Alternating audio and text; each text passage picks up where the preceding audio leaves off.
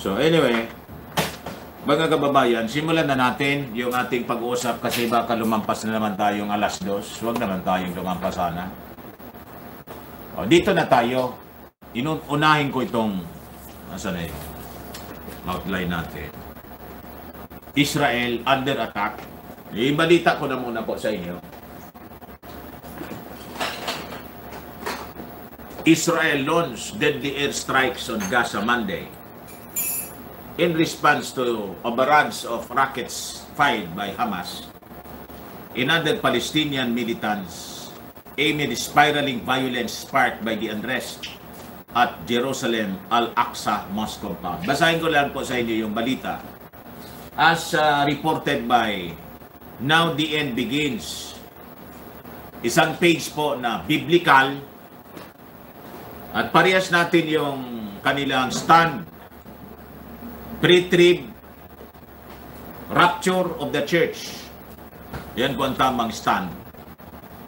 Before the rapture, or before the tribulation, and we are heading towards the tribulation, comes the rapture of the church. So sabi rito mga kababayan, by any scale, the intense fighting going on in Jerusalem is only one step away from becoming an all-out war. Naniwala kayo na ganon ang direksyon mga kababayan nito? Most watchers, mga kababayan, spectators, observers, kung ano man ang tawag ninyo niyan, in the secular world, in the secular media, the mainstream, ang akala nila with Trump then as the President of America at pinirmahan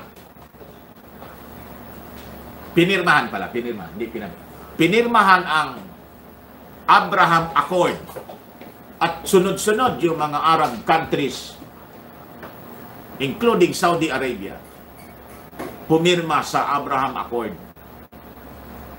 Ito na niya ang simula ng katahimikan, finally peace in this part of the world. Yun ang belief mga kababayan ng mainstream secular media in observers, political observers of the developments in the Middle East. Kaming mga believers po, hindi ganon ang perception. Hindi ganon ang pananaw. Bakit? O ngayon, tanong ko sa inyo. Kasi, ganon ang pananaw namin, hindi ganon sa secular media kasi illusion po sa secular media. The truth of is ito, the biblical prophecy, na pag makikita niya ninyo yung ganong mga tanda that the Middle East, the world, on the brink of peace, ay malapit na tayo maglabo-labo. Ayun, no? Simula na. Kasi, mga kababayan, ang alam ng peace ng tao, rest in peace. Lagi natin yon, rest in peace. Pare, rest in peace. Iyon man lang po ang alam ng taong peace, rest in peace. But the true peace, hindi po yon maibibigay ng tao. Ang ating Panginoon lang po ang may kakayahan na magbigay ng true peace sa buong mundo. Hindi yung peace of mind lang, ha? The real peace. We clamor for peace. For ages, mga kababayan. But peace is elusive. Elusive peace. Just like my elusive dream.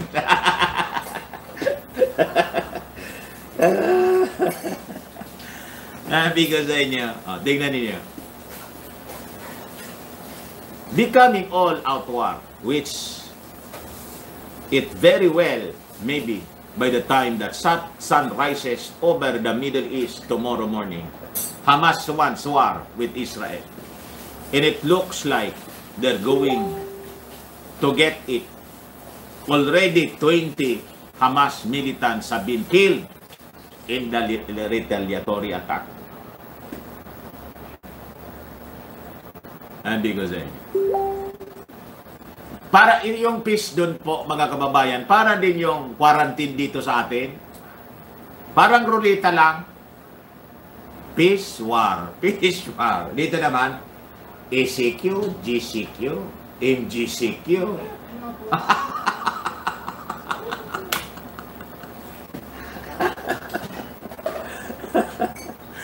Ganon, umiikot lang doon.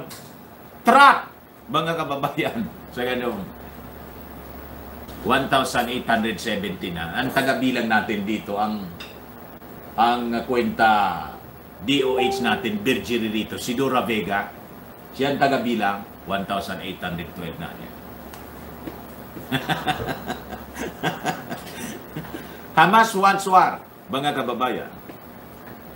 As written in Zechariah 12:2, basahin ko po sa inyo. Behold, I will make Jerusalem a cup of trembling unto all people round about, when they shall be in the siege, both against Judah and against Jerusalem. And in the day will I make Jerusalem a burdensome stone for all people. Kita ninyo? All people. Ano sabi ko sa inyo, mga kababayan? Ang Israel is the epicenter. The epicenter of God's prophetic events. Kaya bantayan natin ang Israel. Kahit hindi tayo magbantay sa Israel. Yun yung nakita. A tiny nation, the size of Bicol region, with population of 7 million people. Pag nagkagulo sa Israel, yung buong mundo nakikialam. Nangingialam ang buong mundo, concerned. Even us, Filipinos. Why? Kasi po, sabi ni Zechariah, in that day will I make Jerusalem a burdensome stone for all people, all that burden themselves. With it shall be cut in pieces. To all the people of the earth be gathered together against it. O, kita ninyo, Russia, Germany, Europe, pati China, pati Malaysia. Malaysia. Ang layo-layo na ng Malaysia, nakikialam pa sa Israel, kaya nasa katabi ng Mindanao. Nagpalabas ng kung anong maanghang na pananalita yung matandang leader nila doon, yung sino yon, mga kababa? Oy, Ireneo, sino yung leader ng anti-Israel?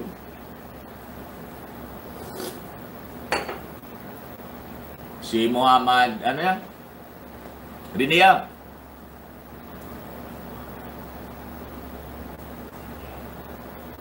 Yung matandang leader ng naalis tapos nakabalik uli. Paano ni Marcos siya? Tinuturo sa school yun siya. Nakakalimutan yung pangalan. No? Matanda na. Pero naging Prime Minister pa ng Malaysia.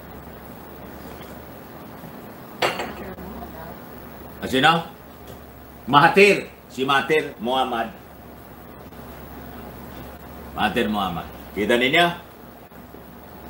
Zechariah, in the Old Testament prophet, do all the people of the earth be gathered together against it. I tell you, mga kababayan, watch for the events that are unfolding. Ang ganitong discussion, ang ganitong treatment analysis ng mga events. Hindi ninyo maririnig kay Noli Di Castro.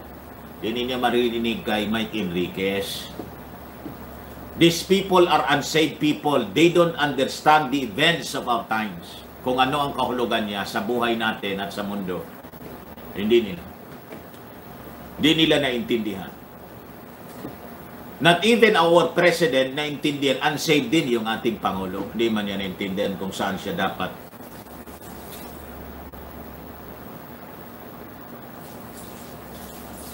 Our leaders are blind.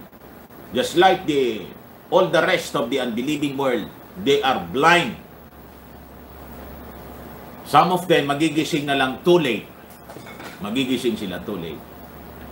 Pero tayo, we are blessed mga kababayan. Kaya kayong nanonood, hindi po aksidente na nakapanood kayo rito.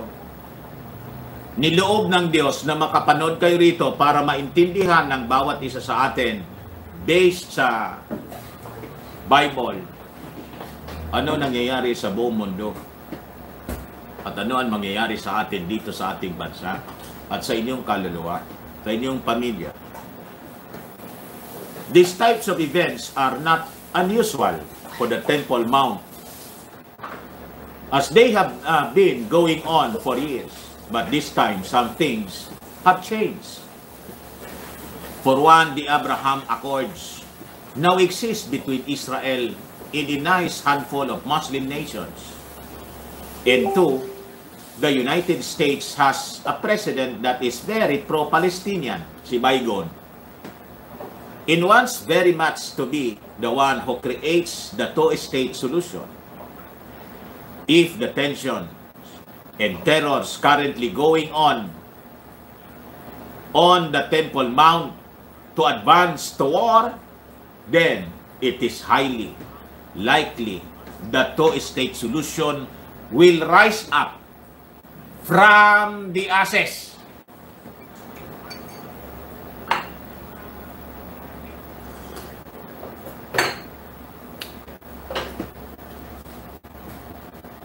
Basahin ko sa inyo mga kababayan ang balita dito sa Mail Online.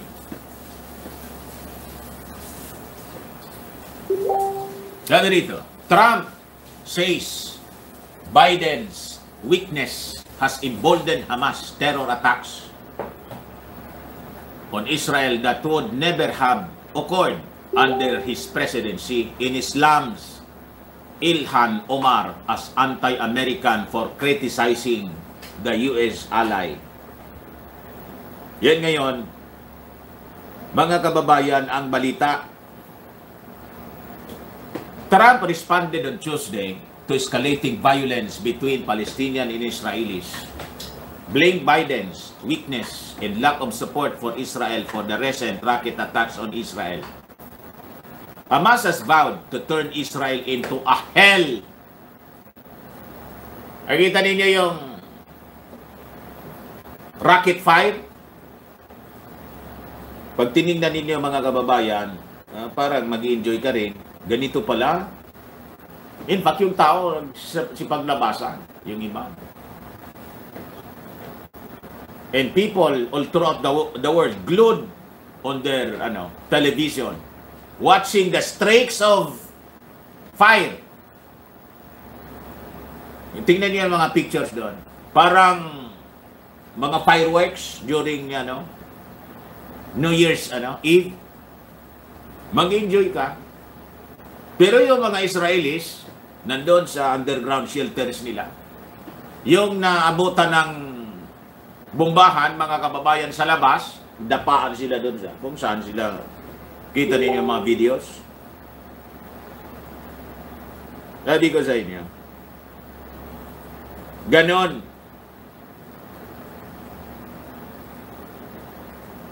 Dali lang po. May sinisearch lang kasi akong isusunod ko po kasi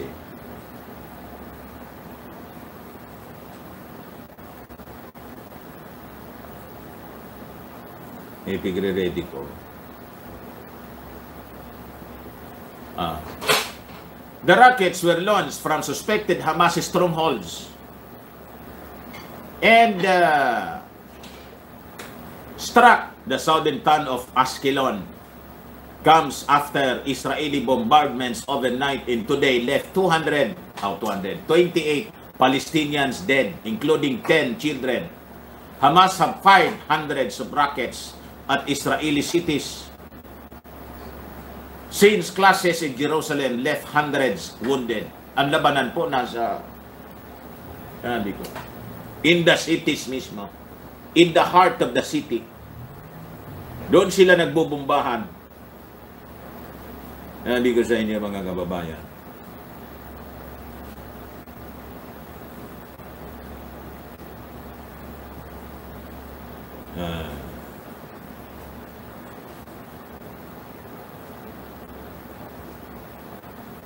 Bakit wala? Doon sila. Hamas have fired hundreds of rockets at Israeli cities. Since clashes in Jerusalem left hundreds wounded, Israeli Prime Minister Netanyahu vowed to step up the attacks against Hamas today amid growing international alarm. Kita ninyo? Pag may conflict po in Israel, yung mga bansa sa buong mundo talagang they're stunned. Gulong-gulo sila. Affected lahat. Bakit siya ganon? Binasa ko. Jerusalem will become a burdensome to all the people of the world as prophesied by Zechariah. Kaya pag binasa ninyo po yung prophecy at yung mga balita ngayon sa dyaryo, ay ang pagkakaiba lang, advance, yun. Sinulat yun thousands of years ago. Ngayon, 2021, pag binasa mo, mas updated pa yung prophecy. Updated yung prophecy guys. You have to learn prophecy. You have to study the Word of God. If you wish to know your future in the future of this planet Earth. Kung gusto po ninyo lang malaman, pero kung gusto ninyo, hindi lang ninyo kasi nakakatakutan niya. Inyo yun. Pero kami, we're excited. Hindi dahil kami ay mga manhid. We're excited kasi yung isinulat ng mga prophets na mga tanda before ng ating Panginoon bumalik para tayo ay isalba sa tribulation period are all unfolding before our very eyes. Hamas will be hit in ways that it does not expect. Netanyahu said, "We have eliminated commanders, hit many important targets, and we have decided to attack harder and increase the pace of attacks." Tensions throughout Ramadan exploded into a riot on Temple Mount on Monday that left hundreds injured. Pag nakita po ninyo yung pag nakita ninyo yung riot doon talaga.